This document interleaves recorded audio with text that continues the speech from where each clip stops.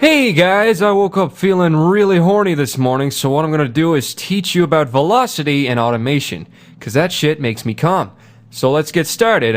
Remember last time I showed you how to lay down notes in the piano roll? Well, today we're just gonna open the piano roll really fast and I'm gonna show you something nifty. Okay, so let's lay down some notes again. I'm gonna use the fruity keys again. So here we go. Piano roll. Bring that shit up. So listen, I'm gonna set this to for 1/4 of a step. I wanna do it like this. Fuck. Okay. I'm gonna copy that with Control A and then Control C and then Control V to paste. You got that? I'm gonna do the same again. So, you got this. Now listen, this is really cool. Not really. I'm just kidding. But so as you heard, that sounded like a shitty ass machine gun impression. So what we're gonna do is we're gonna use velocity to make it sound good. Now, see up here, right here, it says velocity. So I think this is default set to velocity, but you can go through the note pan, the note velocity, note release, but just keep it set to velocity because you will never need it to be anything else. So now down here, you can see there's these little guys. Maybe you might have to drag it up, maybe not. Okay, so just watch. Bring this down, this down, this down, this down, this down, this down, this down, this down, this down, and this down. So now listen to this. So that obviously sounded less shit. So what I've done is I've changed the velocity of the notes, which means some notes are being hit softer, now giving it a more appealing sound. Usually the musical instruments you use will just get quieter with the lower velocities, but a lot of people actually put effort into their virtual instruments so that the different range of velocity actually has different sounds, like this. See, this is like a tuba. And if that was just getting quieter, it would sound more like this. So obviously they're not the same sound, so you get me. If you have a good velocity pattern going, but you need them all to be slightly higher or lower, you can scale them all with this handy tool. Let me show you. You go to this little, you select it all with Control A, then go to this little arrow, go to Tools, and go to Scale Levels. So as you can see here, I got this little guy popped up. As you can see down here, I can multiply, it'll get bigger or lower, so you can play that while you're doing it. What spacebar? What the fuck? Anyways. You can do it like that. So if you're happy with that, you're happy with that. So that's velocity pretty much, you get it. It's like the lower you hit it, the softer it is. The quieter it is. The higher you hit it, the harder it is, the louder it is. So now I'm going to show you the coolest shit ever. Automation. Let me start with an example. I'm going to get an oboe from Final Fantasy VII because I think it sounds really cute. Here it is. Put it here, drag it in. It loads the sound fine.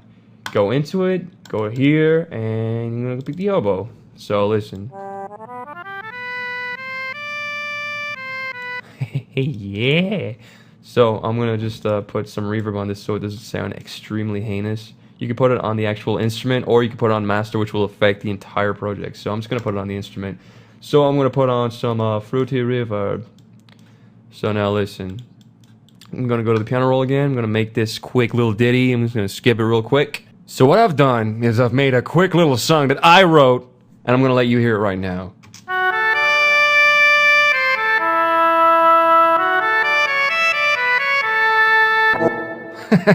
Okay, so I'm just gonna lower the tempo up here so it sounds more like the game from Final Fantasy VII. Yeah, that'll do. 100 or it's 89. Okay, so now I'm gonna show you what automation is, and this shit makes me wet. Okay, so I'm gonna go to. So this is what I'm gonna do. I'm gonna click on this here volume slider. I'm gonna right click on it, and as you can see, it says create automation clip. Now watch. Now, see this in the playlist? You can see that little shit has appeared here. That's your automation clip. Now, select your pattern and bring that little fella in and prepare to spray. Here it is. So, I'm going to drag this out with my mouse buttons. This is the automation clip. This thing, my god. I'm going to drag this out here a bit. And I'm gonna right click in the middle here. So I'm gonna bring this up. I'm gonna bring this down just a bit. I'm gonna bring this down just a bit. Wait, no, actually I'm gonna keep this oh no, I'm gonna bring this up a little bit. I'm gonna bring that down. Oh fuck, I'm gonna bring that down a little bit. So check this out. I'll play the song so it plays both of them at the same time and listen.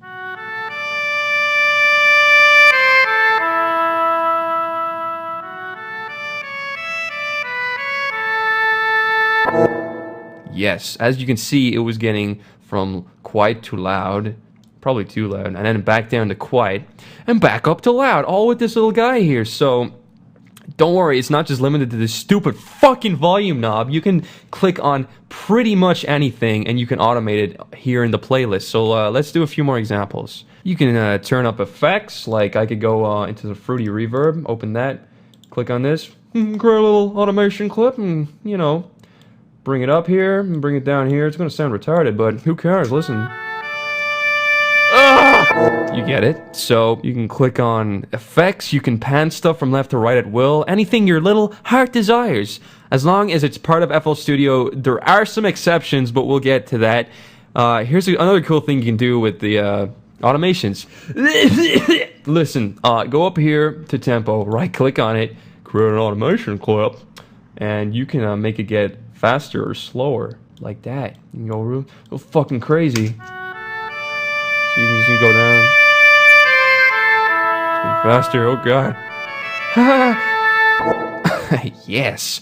So, that's what automation is. That good. So now, the magic doesn't end there. Here's another way to do that stuff.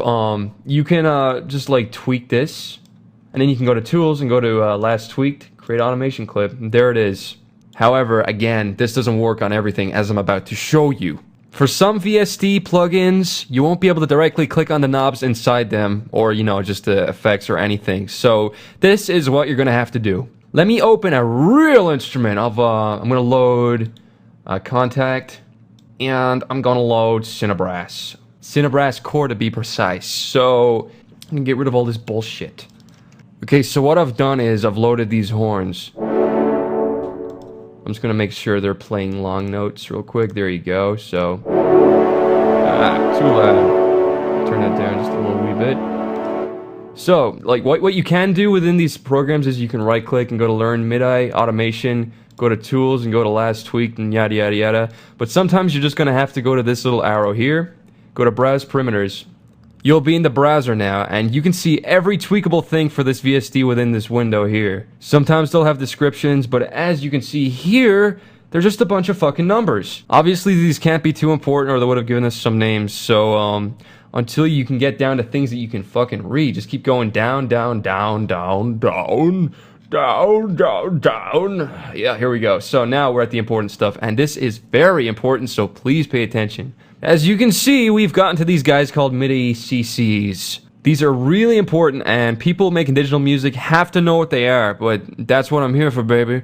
They have their descriptions next to them, so this ain't so tricksy. So I'm gonna right-click on modulation, go to create automation clip. So all modulation means is I'm modifying something. What I'm modifying depends on the instrument. Some will get quieter, louder, some will vibrate more, blah, blah. So I'm gonna go back to the playlist up here, and we'll see a little automation, and then you can modify this like we did before. So I'm gonna bring this pattern down. Here it is. I'm gonna bring that down. I'm gonna bring this up. Gonna delete this little guy by right-clicking on it and going to delete. So now if I play the sound, just listen. Just listen.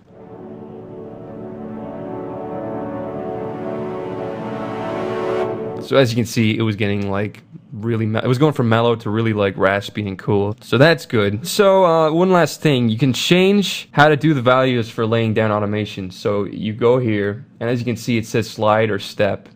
I'm pretty sure if you select step, you can draw them like that. You don't have to do it like that. You can just lay it down like per step like that. That's what I usually do. Or you can just like uncheck that, go to slide, and literally just drag the points around. You can right click and delete them.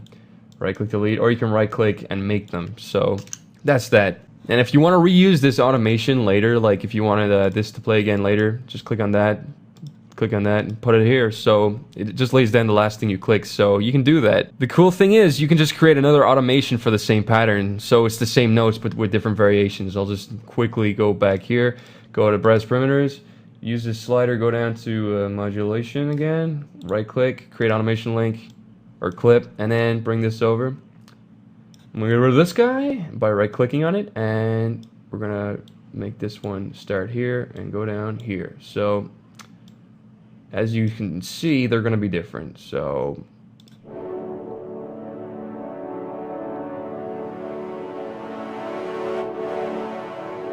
yeah, you get it. So that's that. I wanted to show you how to clone automation clips and change the second one so you could easily have two variations on without having to go into the parameters every time you want a different automation clip. But I don't know how to do that, so if anyone would like to leave that in the comments, if they know how to do it, I'll mention it in a future video. Thanks for watching, I hope you learned a lot, bye!